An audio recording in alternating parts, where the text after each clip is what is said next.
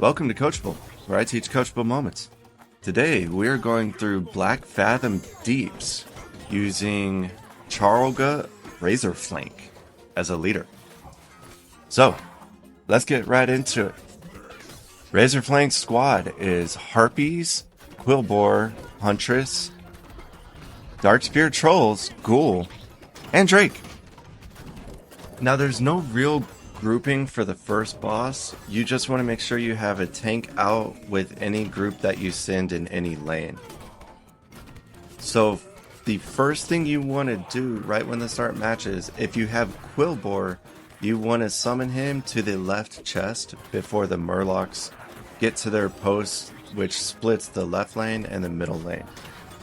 If you wait too long and the Murlocs get to that post, it's going to be real hard to get that +2 gold, just because you'll have to send an actual group out. Now the flyers in your build help destroy the Murlocs if they're able to get to that post. No range mini that I've seen hits those Murlocs except for the flyers.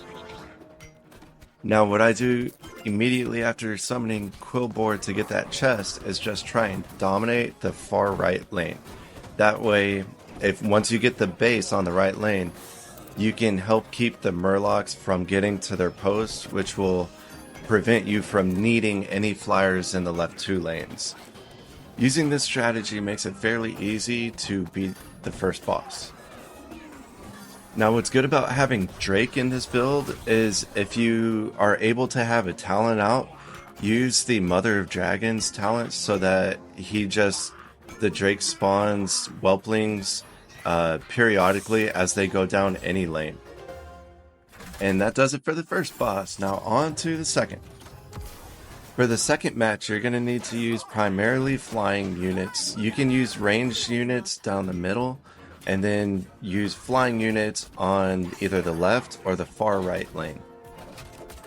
Now what I've encountered at the very beginning of this match is flying heavy enemy units, so used range down the middle, just get them out there as quickly as possible so you can get that first base up and running. And then what I like to do is use flying units, the Drake and the Harpies, on the left lane to get that base next. Now for this build, you don't need to worry too much about the top base. You can get it if you want. It is optional, but this build has nothing like Baron Rivendare where each base gives you 2 skeletons periodically, so you don't have to worry too much about getting the top base. Moving on to the third boss. Now right when this starts, you want to go to the left lane to try and get that base and the first boss. This is going to kind of snowball. It's going to have a snowball effect for you later on in the match. Now you want to have at least one tank going this way, just because if you use Drake dies fairly quickly in the left lane at the start of the match. So try and use range units. The flying units don't do too well early on. So you'll have a lot more luck if you use the ranged and the tanks for the left lane.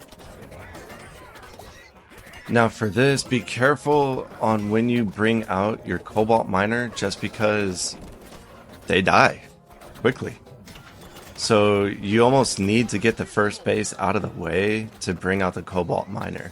You might get lucky and be able to mine some gold before that first boss, but as long as enemies are coming that way, it's a real short distance from the base to the gold. You also want to try and get a huge grouping the first go around on the left lane, just because once you take that first base, they're going to move on to the next boss, the next Drakehead. So if you can get some flying units, or if you can get a lot of flying units in that grouping, then they'll be able to take out the overpass on their way to the next Drake. So once you get the first base, you want to go to the right lane next to try and get the second Drake, while that first grouping goes for the third Drake. For the Drake on the right lane, you can use Huntress, Darkspear Trolls, and then a tank. You can also use a Drake, just really whatever you have out, just send. a larger group, gather some gold, wait till you get a good amount of gold, and then send a larger group. That way you'll have a better shot of downing the Drake quickly. Now, once you down the second Drake, all the remaining minis you summon, you want to bring over to the left lane. So use the summoning stone, make sure the arrow is pointing left, and that way you can summon them from the summoning stone, and they go to the left lane eventually to take out the third Drake. Once the third Drake is downed, then change the arrow to facing up, so that way you can also get that chest on the right lane. And from that point on, you really just want to try and make sure each lane is equal or has equal minis, so that way if the enemy sends a grouping, you won't necessarily have to worry about them overtaking either the base or the summoning stone. What I like to try and do is keep the Drake on the left lane, so that way you just accumulate a bunch of whelp eggs as it goes on and as you summon more Drakes.